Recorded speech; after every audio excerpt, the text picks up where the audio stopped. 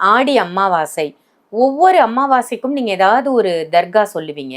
இந்த அமாவாசையோட ஸ்பெஷல் என்ன? ஆடி அமாவாசையா வருது. பொதுமக்கள் எங்க போய் ஆடி அமாவாசை தமிழ் மக்களுக்கு ரொம்ப முக்கியமானது, உங்களுக்கு விசேஷமா இருக்கும். அப்போ நீங்க எங்க போகலாம் பை, எங்க போனால் நம்மளுக்கு நல்லது நடக்கும், எங்க போனால் மாற்றம் கிடைக்கும், எங்க போனால் என் கடன் தீரும், எங்க போனால் போகும்போது என்ன வாங்கிட்டு போகலான்னா, அங்கே வந்து நிறைய ஏழை மக்கள் ஏசகம் வாங்குறவங்க உட்காந்துருப்பாங்க. ஏசகம் வாங்குறவங்க அவங்களுக்கு என்ன கொடுத்தா டைரெக்டாக கனெக்ட் ஆகும்.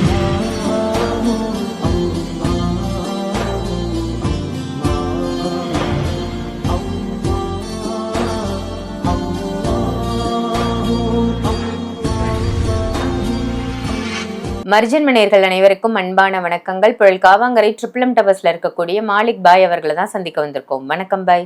வணக்கம்மா பாய். இன்னைக்கான டாபிக் வந்து ஆடி அமாவாசை. ஒவ்வொரு அமாவாசைக்கும் நீங்க ஏதாவது ஒரு தர்கா சொல்லுவீங்க.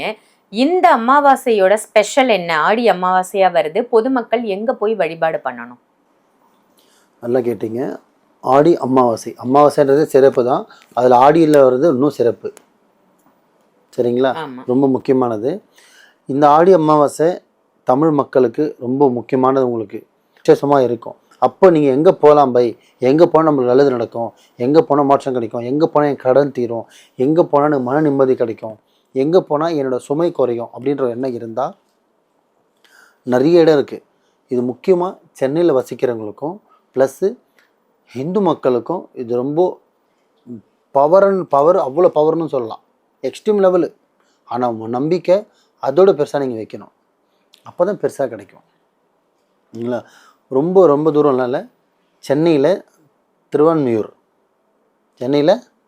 திருவான்மியூரில் பாம்பன் சாமிகள் முருகர் வந்து நேரடியாகவே வந்து அவருக்கு காட்சி கொடுத்த ஒரு விசேஷமே இருக்குது. அது ஹிஸ்ட்ரியிலே இருக்குது, நிறைய பேர் சொல்லியிருக்காங்க. அது இருந்துட்டு போட்டோம். ஆனால் அவரோட கெப்பாசிட்டி, அவரோட பவரு, அந்த இடத்துல இருக்கிற ஒரு வைப்ரேஷன் பார்த்தீங்கன்னா அது உணர்ந்தவங்களே சொல்லியிருக்காங்க, இன்க்ளூடிங் மீ. நானும் சொல்லுவேன். ஏன்னா நானும் போவேன், எல்லாத்தையும் போவேன். என் ஆஃபீஸில் ஃபோட்டோவும் இருக்கும். ஓகேங்களா? ஏன்னா அவரோட பவர் அந்த மாதிரி. ஆனால் அவர் மேலே வைக்கக்கூடிய நம்பிக்கை ரொம்ப பெருசாக வைக்கணும்.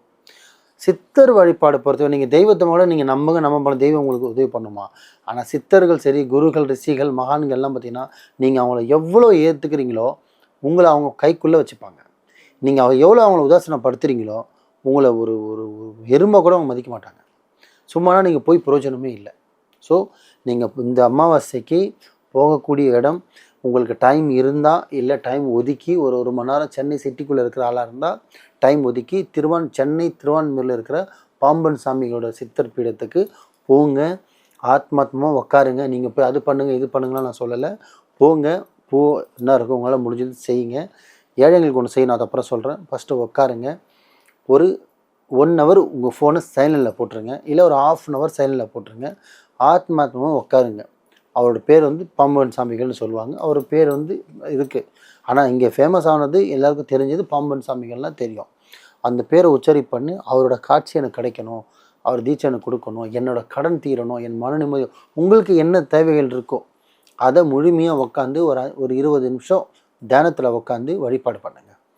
சும்மா போய் தொட்டு கும்பிட்டு வர்றது பேர் வந்து ஜீவசமாதி கிடையாது. போய் உட்காரணும். முடிஞ்சால் இரவு தங்கணும். இரவு போய் சாப்பிட்டு போய் ரூம் எடுத்து தங்குறது பேர் தங்குறது இல்லை. அந்த இடத்துல உட்காரணும். அவரை எங்கே ஜீவசமாதி எடுத்துக்கலாம், எந்த ஜீவசமாதி பண்ணுவேன், ஜீவசமாதியான இடத்துல உட்காரணும். அதுதான் பவர். ரூம் எடுத்து ரூமில் தூங்குறது பேர் நைட்டு தங்குறதா சொல்லுங்க? அந்த இடத்துல தங்கணும், தூங்கக்கூடாது, உட்காரணும். அதிகபட்சம் 2 மணிக்கு மேலே நீங்கள் தூங்கலாம். ஒரு சாயந்தர வேலையில் போங்க, இல்லை போய் நைட் தங்க போகிறோன்னா ரொம்ப நல்லது. போங்க, உட்காருங்க, உங்களோட கஷ்டத்தை சொல்லுங்கள், இறைவன்கிட்ட வழிகேடுங்க. அவர் மூலிமா இறைவன்கிட்ட நீங்கள் வழிகேடுங்க. நான் டைரெக்டாக போய் அவரை கேட்க சொல்ல, அவர் மூலிமா இறைவன்கிட்டையோ பெருமாள்கிட்டையோ முருகர்கிட்டையோ எனக்கான விஷயத்தை நடத்தி கொடுங்க, எனக்கான விஷயத்த பண்ணுங்க, எனக்காக நீங்கள் தெய்வத்திட்ட வணங்குங்கன்னு சொல்லி அப்படி கேளுங்க. இந்த வீடியோ முழுக்க நான் சொல்கிறேன் இந்து மக்களுக்கு சொல்கிறேன். புரியுதுங்களா? ஸோ போய் ஒன்று ஒன்றா கொடுங்க. இது ஸ்பெசிஃபிக்காக ஒன்றும் நீங்கள் வேண்டுதல் டக்குன்னு கனெக்ட் ஆகணுன்னா இதை செய்யுங்க.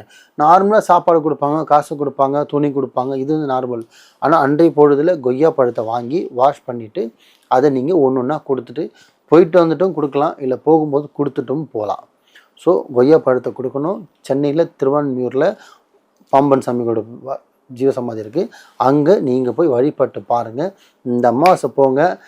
அடுத்த அமாவாசையில் இந்த வீடியோவில் நீங்கள் சொல்லுவீங்க பை நான் மாதம் அவர்கிட்ட போயிட்டுருக்கேன், மாதம் போயிட்டுருக்கேன், நீங்களே சொல்வீங்க. ஏன்னா அவரோட மகிமை சிறந்த மகிமை. நான் ஒரு இஸ்லாத்தில் இருந்து ஒரு பாயாக இருந்தாலும் நான் எல்லா தர்காவும் போவேன், எல்லா சித்தரோட. ஏன்னா நான் வந்து வழிகாட்டுதலாக இருக்கேன். நான் எல்லாரோட வைப்ரேஷன் தெரியணும், எல்லாரோட இதுவும் நான் புரிஞ்சு வச்சுக்கணும், எல்லாரோட மகிமை தெரிஞ்சு வச்சுக்கணும். அப்போ தான் நான் ஒருத்தவங்களை சஜஷன் பண்ண முடியும். ஸோ நான் உணர்ந்திருக்கேன், கொஞ்சம் பார்த்துருக்கேன், கண்ணோட பார்த்துருக்கேன், உணர்ந்திருக்கேன். அவங்களோட வைப்ரேஷனுக்கு தெரியும் எவ்வளோ வேலைகள் நடத்தி கொடுத்துருக்காரு. அதுக்காக தான் ஆணித்தனமாக சொல்கிறேன், இதை போய் பாருங்கள், நல்லதே நடக்கும், நல்லதே செய்யுங்க. சூப்பர், ரொம்ப சிறப்பான ஒரு தகவலா கொடுத்தீங்க பை. பாம்பன் சுவாமிகள் அதுவும் அமாவாசை, ஆடி அமாவாசையில போய் அவரை பார்த்து வழிபாடு செய்யறதால என்ன பலன் அப்படின்னு இன்னைக்கு மக்களுக்கு தெரிஞ்சிருக்கும். நல்ல தகவல், நன்றி பை. நன்றிம்மா.